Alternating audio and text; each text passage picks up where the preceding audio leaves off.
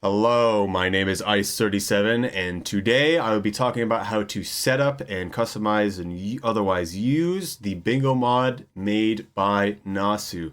Now I'm going to assume that you've activated the mod through Steam Workshop, at which point you can then go into the remix menu and find the bingo mod here. You can then click on it and press apply mods. Now if we click on the bingo mod config, just to talk about this real quick, we can set different settings, the most important one being setting the bingo HUD keybind. And that being, once you are in-game playing the bingo mod, you can press a button to bring up the bingo board and see it at any time. Normally this will also be your map, but you can set this to a different button. I recommend setting it to something you don't normally press. Otherwise, there's custom music that plays on certain moments when in game or otherwise using the mod, and if you want to have these on or do not and have your own music playing, that is your option here. Now to actually go over to the mod, we're going to start talking about here in section 1 accessing the bingo mod. You can go and enter through the expeditions menu on the main menu screen. One thing to talk about before we go into anything, as just like with base expedition, we are going to be using the same save. So if you already have a save here for, say, Spearmaster with an expedition, you are going to have to abandon that to play a bingo on Spearmaster. I believe with the campaigns, because campaign saves are separate from the expedition saves, but to actually have these characters unlocked, you need to actually play through their campaigns to be able to play them in expedition or the bingo.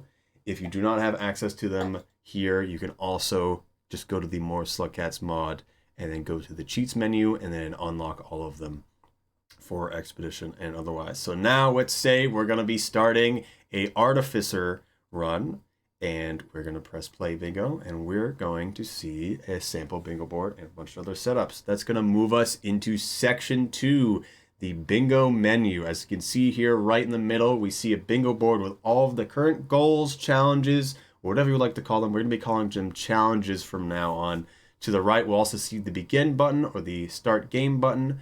And once we fill this button, it'll start a single player game just for us, for how we have this set up right now, right off the bat. To talk about some of the things underneath here, we have the option to choose what shelter we spawn in. Now, if we keep it at random, it'll do the same spawn rules that Expedition has. Otherwise, you can type in the name of any region shelter that exists in the game. Now, you can watch as I completely type it wrong, but if we want to do the first shelter here in Outskirts, so I can type in the actual name. If you want to spawn a specific shelter and you do not know the name code for the room you want to spawn in, you can look up on the Noble Cat interactive map.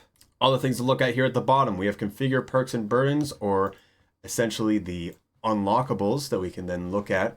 If we have played Expedition a lot, you'll be able to have all of these perks that we can activate, and otherwise for here I'm playing off a save that doesn't have anything, so we don't see anything. Additionally, we have the burdens that we can activate if we so choose. If you're in a multiplayer lobby with someone, the host can choose if we use them at all or only use certain ones as needed. Additionally, we have plus and minus button here. Now this will allow us to go up to a 9x9 board or all the way down to a 1x1 board. Just one challenge, whatever you are looking. Now the standard, of course, is the 5x5, but if you have not a lot of people playing or a whole lot of people playing, maybe you want to change this to one thing or another. Now again, with the multiplayer menu, we can go up to 8 teams. Generally, teams are teams of 2. I am not sure how many people this mod can truly handle, and that is also something we'd love to hear if people can test that out. Go just try like 32 people on all of these teams. Still a maximum of 8 teams can be set up, so you are limited to that. Talking about the last bits of buttons here, we have copy board and paste board. So say we really like this board that we've customized, and we're going to be talking about customizing the board a bit later. But if we want to use this board again or share it with other people, we can press copy board. So now in our actual copy paste clipboard, we now have a giant string of letters and numbers and otherwise that we can then paste somewhere and otherwise paste back in here. So say if I randomize this and I paste board, it's going to bring us right back to the one we had copied. And so say if I wanted to paste the board into Discord, if I do not have Nitro, it's a high chance that the message is too long to be pasted. And if you can't do that, I recommend pasting it into a text document and then sending the text document over Discord if needed. Otherwise, there is ways to manually change the challenges through the text document if you so want, but it's mostly used to exchange boards that you've created within the mod itself with other people, or using them again in case of crashing issues or otherwise. So before we go on to actually talking about a bunch of other specific things, again, we have up here at the top, whenever we see the dice symbol, this is the randomize symbol. So whenever we click this, it'll randomize any specific thing for a specific challenge. It'll also do that, but in this case, it's randomizing absolutely anything. Could be changing anything within reason, of course. You will never get anything too crazy. Like you can change this to stealing 50 pearls if you really want to, but it'll never randomly do things into that. It has the same expedition logic of it has to be reasonably possible by a player playing the game. And lastly, at the top left here below the back button, we have being able to mute the music if we have music playing or otherwise active. And we also access the multiplayer menu, which we'll talk about later. We have the arrow here. We can go back and see normal expedition if we so want to see it. So now we're going to be talking about the bingo board in particular and how the challenges work. It's going to be section 3. In bingo, challenges are often represented by all of these symbols, and it may look a bit confusing at first, but the more and more you play it, the more and more you're just so glad you can just look at a glance and know what each and every one of these are. And if you are confused, you can always just hover over the square and look at what it is. So now say we are in game and you're like, I have no idea what this symbol is, and that's the echo symbol for shaded, or you don't know what this region is, then you can bring up the board and you can have your mouse out and you can hover over it and see what it is. You can also bring up the board with pressing whatever button is. Maybe it's your map button. At any time when you're in a shelter, sleep, or death screen.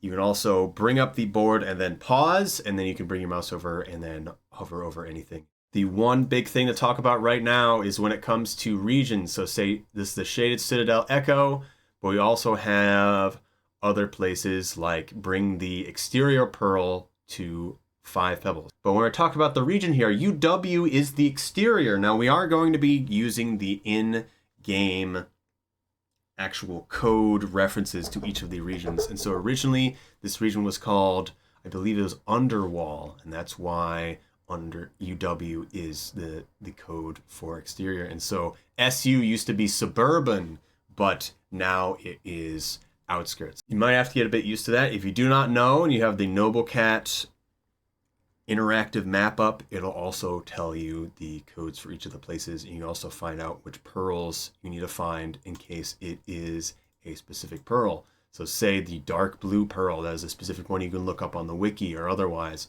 Additionally, another challenge that you may see is a vista. So vistas can be in one of 3 places, normally in expedition. So if it's in garbage waste, it can be in one of the 3 places in expedition. But with the mod, we actually added a 4th location for every single region. The vast majority of the challenges, we are going to have to complete them, but once we complete them, we don't actually lock in the square. Completing the square just isn't enough. When you reach your objective, say I have dodged a Leviathan bite, or I've gotten the Vista point, the border will glow your team color, but it won't fill in until you properly save. Properly saving is saving with enough food in a shelter. You cannot starve. If you say get the Vista and then get Shaded Echo, you still have this as a border and this becomes locked in, but you still need to save properly. Like you've still gotten this and it's kept over, but you still need to save properly to get it. If you've starved, it will also not lock in and the border will still glow, and you still need to save properly for it to lock in. If you die, it'll stop glowing and you need to go back out there and do that thing again, whatever it be, dodging Leviathan bite or getting a Vista point in garbage waste. When it comes to challenges like get total points from creature kills, say I've got 100 points from kills in one cycle and then I saved and I got 60 more and then I died, I will still keep that 100 that I saved, is the big thing to be aware of. Some squares, however, this is not a good example. We'll have a bit of a better one here. Some squares are ones that you can affect fail. And so there's things where you do not want to interact with certain items. So in this case, for this one, we have never used puffballs. This is using them against enemies or holding them even just for too long. If you accidentally pick one up, you can still drop it immediately and then you are okay. For these squares, both teams, every team starts with it completed, and you will only lose it once you fail the condition. This is the same thing for do not enter outskirts, etc. Back and talk about the bingo menu here, specifically that being if I click on a left click on any challenge, I can then choose to change it with anything else that I want. If I am specifically in the specific challenges, so the gear section, I can then change how many creatures I need to maul. I believe this is just mauling. You can maul the same guy over and over again if you really wanted to, and that's going to be 11 times we need to do that. Or I can go up to 30. Or I can press randomize, and then it stays within the challenge as long as I'm looking at the gear for that specific challenge, and I'll do whatever I want. But I can also go over to the left, click on the 3 lines. I can look at the library of all the challenges, and I can choose any particular one I want. But if I'm looking at the library, I can press randomize, and it'll randomly be literally anything. Any challenges that is available to the character that I've chosen, in this case Artificer, will be randomly rolled when I press this. Let's say I go to collect pearls, and then I go to the gear to look at the specific thing. We are looking that it's us going to the specific exterior pearl at the top of the wall. Or maybe I don't want it to be that one, and I want it to be the deep pink pearl over in Farmarays. You may have to look up on the wiki or the interactive map to know which one that is, of course. Or maybe I don't want it to be specific pearl at all, and I just want it to be touching 3 colored pearls. Going on to the next section here is the multiplayer menu. Another large part of this mod isn't just challenges automatically taking off for you, but it is playing with other people. So say I'm trying to join a lobby with someone, I can either look up on the lobby. So say I'm looking up a lobby that Joe has made, so I can search up Joe and then refresh, and then it should be whatever name of the lobby it is, and then we can find them and we can join them just by clicking on them here. I can refresh to check if any other lobbies have opened up. Right now there's no lobbies open because it's still in development mod. And if there's a bunch, I can scroll up and down for any that I need. We'll also show lobbies that are only been made by people who are friends with you on Steam, if you so want. Otherwise, I can make my own lobby by pressing on the plus sign. And I could choose all of the different settings that we may want and the additional game modes we may want. The main one is going to be the lockout game mode, but the basic bingo or the blackout are also available. So with bingo, essentially what we're able to do is we create a lobby. I am the leader of the lobby, which is why I have the crown there. I can choose everyone's team, so everyone else joins, and we can choose a different team for everyone. So say now I'm part of the hurricane team, so I'm this dark purple. And some other people have joined. I've given them red and cyan or otherwise for whatever team I want them to be. And we have chosen the bingo game mode. And so with bingo game mode, anyone can get any square. And so if I get the garbage waste vista, someone else can also get the garbage waste vista. And it's first team to get a bingo. Otherwise, we have blackout, which is getting every single square on a board. And of course, when it comes to do not enter outskirts, if you do get that, if you do enter outskirts for any reason, for any amount of time, you will immediately lose that square. And so you 100% would not want to do that, say, if we were doing the blackout. But with the main game mode that we've used for especially the Return of the Slug tournament, bingo tournament that we ran was a lockout 2v2. So we had 2 people on each team facing each other, and lockout essentially means if one team got the garbage waste square for the vista, the other team would not be able to get that. So first team to get squares matters quite a lot. And to talk about specific things with when the match is actually running, one of the other things is how we ran the bingo tournament is we had the person hosting also being on the board view or spectator view.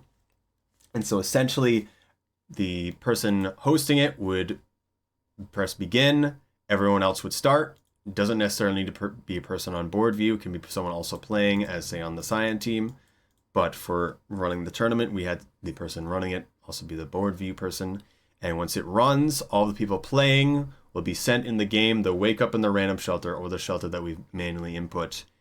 And the spectator will basically be looking at a screen just like this one with just the board in the middle and a completely black screen in the back. So it's easy to capture the board and when everything updates from the other players.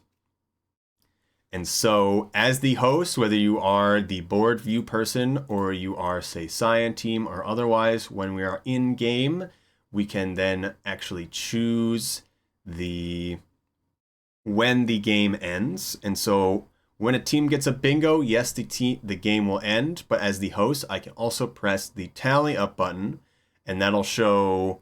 So say right now, cyan won because they had the most amount of squares. And so cyan won with 1 square. And so then the host can end the game for everyone, or otherwise people can choose when they want to end their game when they want. If I say started a lobby and I'm on green team now and I began and the match ended or otherwise everyone wanted to stop, then I can press tally up. Even if there wasn't a win condition that did. And if I don't press end session, I just exit out. Even if I'm not the one who created the lobby, I can continue playing that seed, that where I started saving, and otherwise as I want. Additionally, say if someone disconnects, everyone could just wait and that person can reconnect. Or if I play a session with people all at one time and then we decide to stop for a while and then pick it up later, everyone can continue multiplayer and then they get loaded back in and it's all connected as they need. It would be recommended that the host loads in first and then everyone after, but otherwise it will not end until every player, the save will not reset until you press end session or otherwise press abandon down here at the bottom. Now, I've said a lot of different things about bingo, and a lot of it you're still going to have to see yourself the more you actually play it. We're going to show one more thing here, and I'll also talk about the win states for the lockout game mode. And that being for lockout, there is a chance that neither team can get a bingo. It's not like with blackout where it's just getting every square, or with bingo where it's just first team to get a line or multiple lines as they need.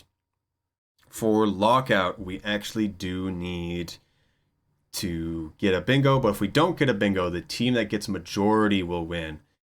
Say we have this board, and I'm going to be board view, so we can also show that. We are in the game. Every team that exists is going to have this done. It's not going to show any team because there's no team right now. It's just me looking at the board as a spectator. And so, of course, I could tally up and then end the game as the host when I want. But the main thing is that, say neither team can get a bingo. If that happens, the team that has majority of the squares will win.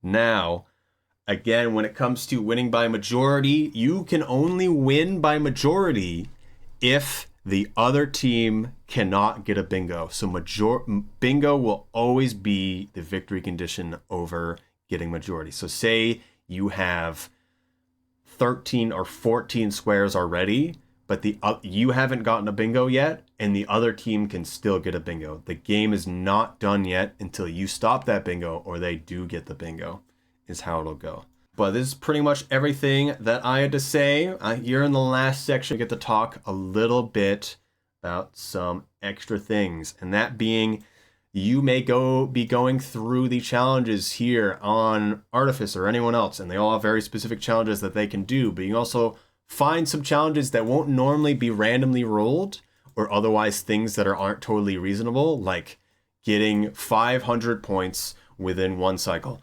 No one's really ever going to do that. And so those things won't randomly get rolled.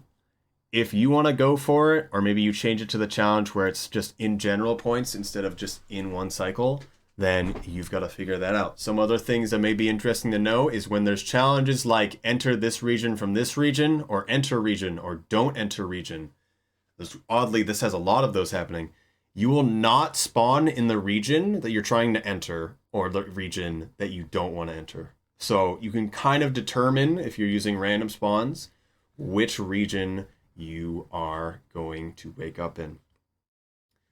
Otherwise, when it comes to playing this game modded, whether you're using different region mods or different slugcat mods, you're more than welcome to try that out. It may or may not entirely work. Again, we have entering in your own shelter room name for being able to spawn in rooms in modded regions. We believe it very much can work. Additionally, if you wish to play the Inv or Slug Pup bingo, that being you playing as a Slug Pup like in the game, or otherwise as Pain Cat in their own world state, then you can use the Slug Base trick, which is done by placing the pandemonium.txt in your streaming assets folder.